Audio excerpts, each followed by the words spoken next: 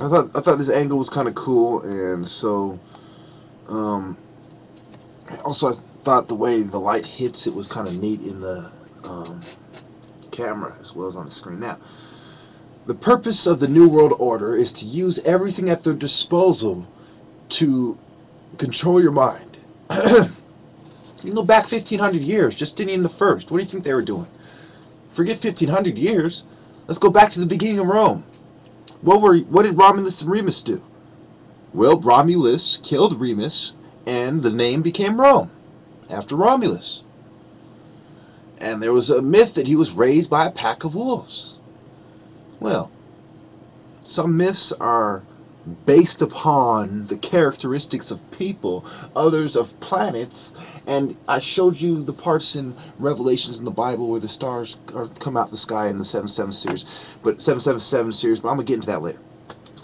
This is psychiatry, this is a replacement part, and we are talking about schizophrenia, depression, states of mind, as well as events in the news that proved me right, that vindicated my point of view. My study and the results, I did a study, 300 people, 250 people I asked certain questions, 300 people I asked certain questions, and the resulting theory I got was 6S plus 3E plus 0.5E plus 0.50 equals R, resulting behavior.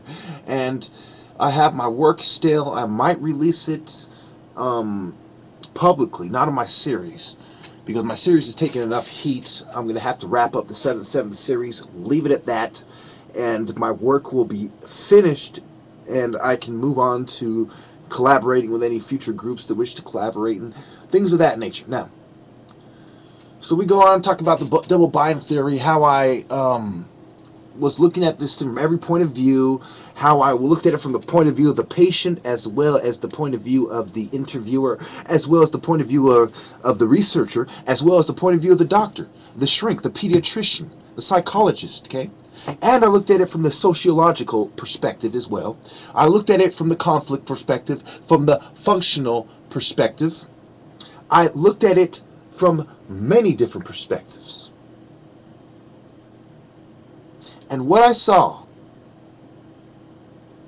was that I was correct when it comes down to the eye of the observer, the lens of the observer. And the lens of the observer of the doctor is inferior to that of the patient, as well as to that of the insightful, youthful mind. The doctor is an old, stressed out, soulless creature whose mind is wandering and is weighed down by guilt and doesn't allow them to make a correct assessment. Their analysis and hypothesis are one and the same, and they both do not equate to a proper conclusion. Thank you.